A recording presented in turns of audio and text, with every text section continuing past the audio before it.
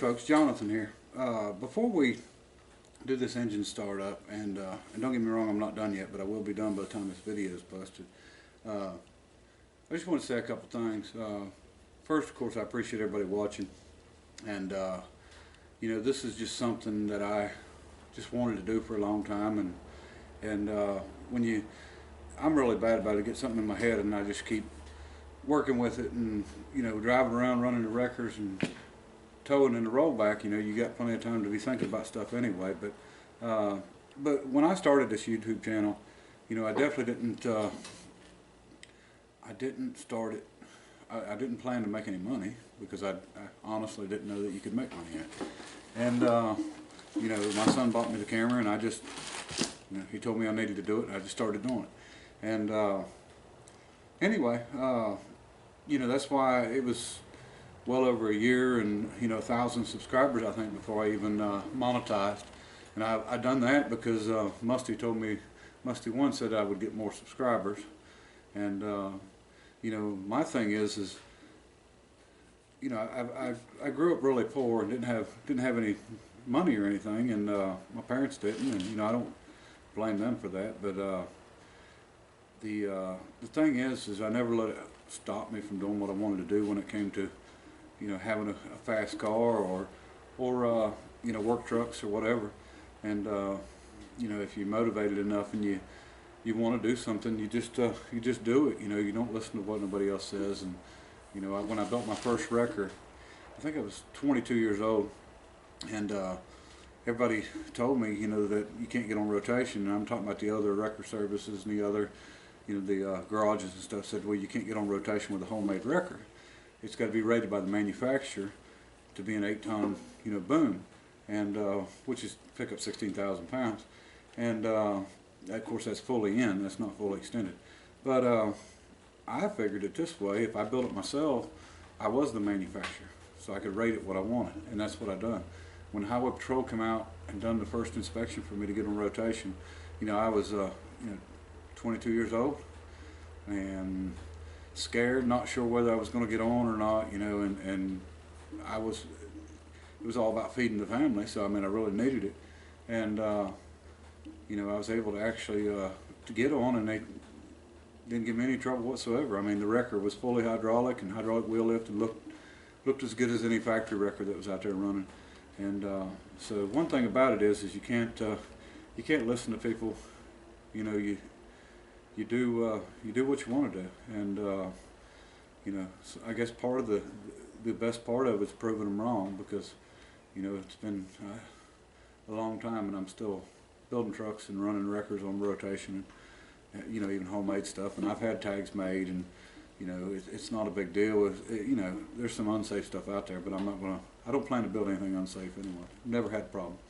But anyway, what I wanted to say is you know, with the YouTube, I've been contacted by a few people. I've had a few, you know, people come down. I've met some really nice people on YouTube, and made a lot of friends on it. People that come to the Rat Rod build, people that just call and we talk, and people on Facebook. But you know, I had a call the other day from Richard in Kentucky, and he wanted to send me some stuff. I'm not very good at accepting stuff, and I'm sorry about that, but I've just my whole life was you know, work for what you got. I don't even play the lottery because I'm more afraid I would win. If I won, I wouldn't know what I'd do with it. And you know, I always felt like money for nothing, you know, wasn't a good thing. But and you know, I talked to my wife a little bit about this, and you know, she's explained some stuff to me that I just, you know, was really missing. And I appreciate it, and I really appreciate Richard. I'm going to show you what Richard sent me, and he told me it was junk, but I haven't found any junk yet. Some really nice stuff. To me, it's treasures. You know, today was Christmas Day for me, and Richard, I really appreciate it. And you know, I had a good time talking to him on the phone, and I'm sure I'll be calling him, and we'll talk some more. We got a lot in common, and I'm sure there's a lot of people out here that you know, most of the people that watch this kind of stuff has probably worked hard all their life, and you know, and I understand that, because I'm getting ready to turn 46 years old, but I'll be honest with you. I look back on what I've built and what I've done, and I just feel like I've done so much that I don't have any regrets about it. You know, I've worked really hard. The house I live in, you know, I gave $200 for that, and I moved it here, and you know, I redone the whole inside of it. Every piece of that house I've touched. The roof I built from trees that I cut right here, and took them to a friend of mine, and me and him sawed them on his sawmill. And I built the roof. I done the siding. I done all the floors, the walls, the ceilings, the plumbing. You know, the wiring. I had some help with from my father-in-law, but yeah, the entire place. So you know, and the shop. You know, I've put it together, and it's nothing nice. And you know, you may be able to see on this side where them trophies are sitting. That's actually a box off of a Ford. Well, I'm sorry, it was a Chevrolet van body. It's a 16-foot box. And then on this side, the little building that's built on, I don't know if you can see it or not, but the little building that's built on, I had to build that. I built that 25 years ago to get on highway patrol rotation because I had to have a place to store one indoors overnight. Now they've changed the rules now, and you don't have to, but I built that just enough for that. I couldn't even afford 2x4s, and I bought the thinnest OSB board you could buy. And how it stayed up for that many years, I don't know. And I've done little things to it, but I mean, I've got plans of stuff you want to do, but you don't get time to do them. And this, like I said, this entire building here is built out of pallets from the well, not pallets. I guess they're machinery crates, big machines from the Netherlands, and I'd gotten from a factory. And the post was something that somebody had given me, all the steel posts. The bigger beams in this shop, I cut down the trees and took them to a sawmill and helped saw them. I'd done some work for a guy on the sawmill, working on the sawmill and on the conveyors and on the power unit. And so when I needed something sawed, it didn't cost me anything. And like I said, all the concrete was done by hand. It was just leftover concrete from the concrete company. So, and you know, machine-wise, I just started with old machines, and as I could find something a little bit better, I would get it and update and get it and update. And I've done it so many times. I've moved these machines in and out so many times, and you know, I've got that Bridgeport now, and you know, I gave $1,000 for it. So I mean, it's not like I went and spent a lot of money. The Colchester I gave $500 for, and I upgraded from. Let me see. I went from I had a LeBlanc belt drive, and then I had a Hendy belt drive, and then I updated to that. And you know, so that way with all the machines, you know, it's just old stuff that I had bought. But we're going to get this engine together and fire it up. And but I'm going to show you some stuff here that Richard sent me that it's definitely not junk. Some nice stuff. I really appreciate it. Okay, first off, I want to show you this shim stock. We've got 8,000s, 3,000s, 5, 10, I think it's another row of 10. I've got some 1,000s. If you've seen in some of the recent videos, you see me using it, and I'll even stack it up, you know, so I use it for everything. But that's all I had was that 1,000. You know, I never had any other besides that, so now I've got a bunch, and 5 boxes there, so that will definitely last me for a long time. But you know, I use it for a lot of different stuff, and it comes in handy. And so that's one thing. Okay, here's some more stuff. Now this, I'm assuming, is the knock for a Morse taper, and I'm assuming this is to knock your tool out. And I'm not gonna lie, I'm one of them ones that I've used a big giant file. I've broke a lot of files doing it over the years, so I've never had one of these. And you know, I always thought, well, I need to make one, and never took the time. So, but I don't need to now, and glad to have it. All right, we've got this is actually Pratt & Whitney, and you know, Pratt & Whitney's I can imagine the cost originally on this, but I'm assuming this is a hole gauge. It says lateral gauge, and maybe somebody can help out on that, but I'm assuming that you slide it down the hole and it just tells you the size of a hole. And really nice. I'm assuming that's what it does, but I'm not a machinist, so I don't know a bunch about everything, but I like it and I'll use it for sure.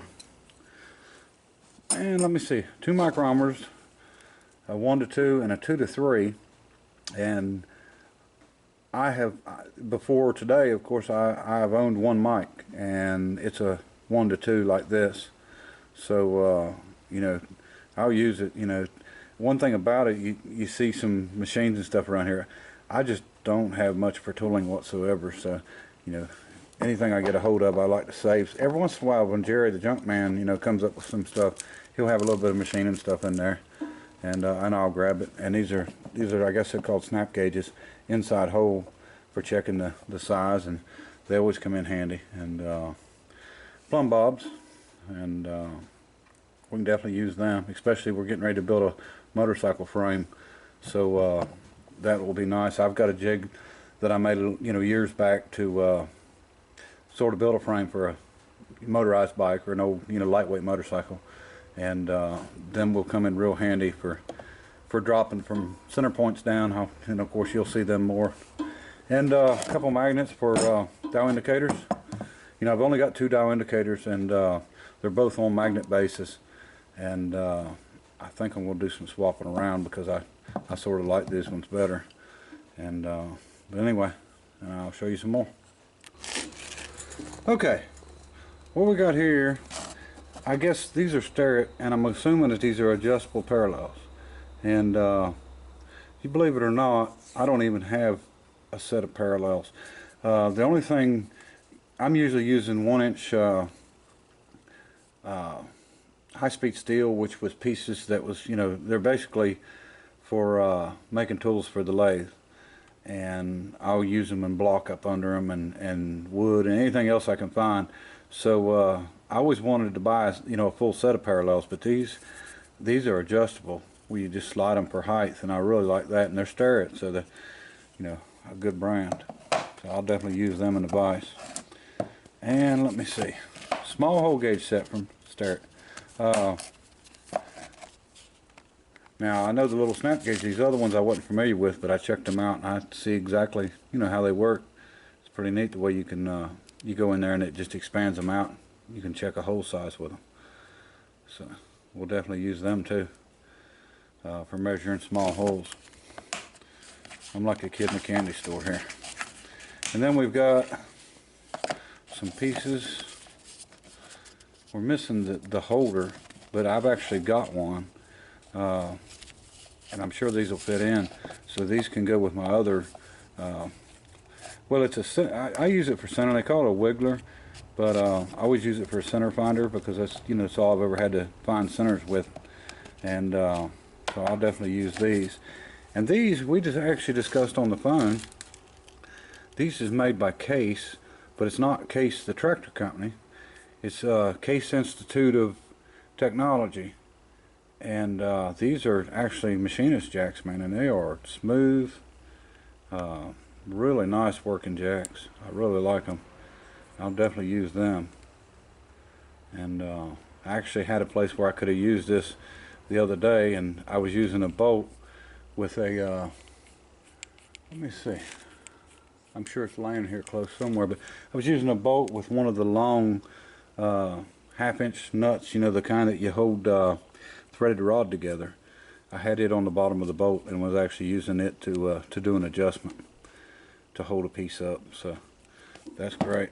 And then we've got a little carburetor, which looks like an old Briggs style carburetor, and I've got some more projects coming up to where this may get incorporated in. This looks like a Tilson, or it might be, I'm not sure.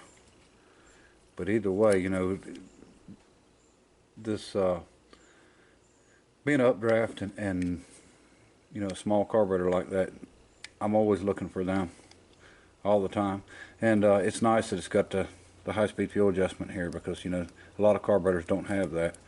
And then you know, you run into that, and then you're unable to adjust the fuel right. Matter of fact, on them Schreblers, I had to drill it and actually make one for it to go in the jet. So, all right, a couple more things here. Okay, next we got this big caliper, and we can definitely use it on the lathe when we get to messing with the bigger stuff, and which sometimes I definitely like to do. So, really nice piece. And in the box, like I said, I've never had more than one micrometer my whole life, so a really nice set, and it'll definitely get used. And a whole lot nicer than what I'm used to when it comes to having stuff. And then, ironic, because I think this was actually sent out before I received the other one, there's another oil can, and another banjo type, same exact style, same thing, a little cleaner, but same thing, not dented up, good shape. So we'll definitely be using this one too. And the other one I've got filled with oil and using it. And if you've never had one of these, if you pull this cap and you pump it one time, you get one drop, and they work really good. I mean, they're great for not over oiling, if you understand what I'm saying, because a lot of times, especially with the squeeze bottles, you know, you'll pull it and it'll put oil out that you don't want out. And with this, I can actually put one little drop down, you know, a particular hole that I need. And I think I'll keep this one right here with my lathe and use it, because there's oil holes all over it, and we'll use it to oil it until we get another bike done, and then we'll probably move it over to it. So, but that's it, and I sure do appreciate it. Oh, I'm sorry, I thought it was it. We got, this is some layout fluid, and I've never used any, and I'm assuming it's probably the blue stuff. I'm guessing. I've been using a magic marker. But we're going to do some messing with that and see what we can do. And maybe I might even try to read the directions. It's got instructions. So yeah, prescribing lines is blue. Yeah, I've seen that before. I've seen it on parts and stuff where people's machine them, but I've never used it or anything. So, but like I said, I don't have much for tooling, and this is really going to help me out. And you know, a lot of times when I'm doing something, you know, I don't have what I need, so I just, you know, buy it on eBay or something. And you know, I didn't work in a machine shop. I never was around a machine shop. You know, didn't know anybody growing up that had one, and definitely didn't have nobody in my family that done machine work. So you know, even knowing what to need in a shop when it comes to machining, you know, if you worked at one, at least you would have an idea of it. But you know, when you're going into it. But you know, I've never been around one, never worked at one. Just totally, completely self-taught, and you can do it too. It's just grab an old machine and go at it. You know, preferably get an old belt drive machine, old flat belt. You know, an old wore out lathe. I heard a man say one time that a lathe, or well, any machine, if it's worn out, a good machinist can make it work right. And you know, when you're talking about backlash and stuff in a machine, he's absolutely right. And if you know your machine, you know, you can use it. I don't know that I could go to somebody else's machine and just jump on it and go to using it.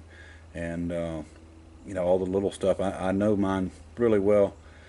And my lathe, you know, the milling machine, everything, once you get to know it really well, you can do some work with it, even if it's got some wear in it. So don't turn down that cheap lathe just because it's got a little wear. If it's cheap and it's something that you want to learn on, go buy it.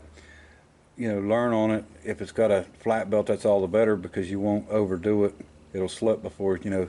And I've never had a problem with crashing one, but if you did crash one, I guess, you know, if you crash your tool into your chuck, it would, you know, a belt drive will slip, and you know, if you're trying to take too much of a cut, it'll slip. And I mean, you can learn a lot that way.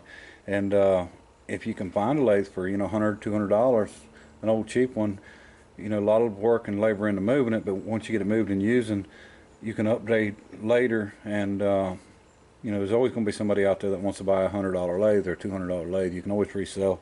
So you know, I highly suggest that on somebody that wants to do machine work and don't do machine work. Don't let it the fact that you don't know how to do it hold you back. You don't have to have school to do everything.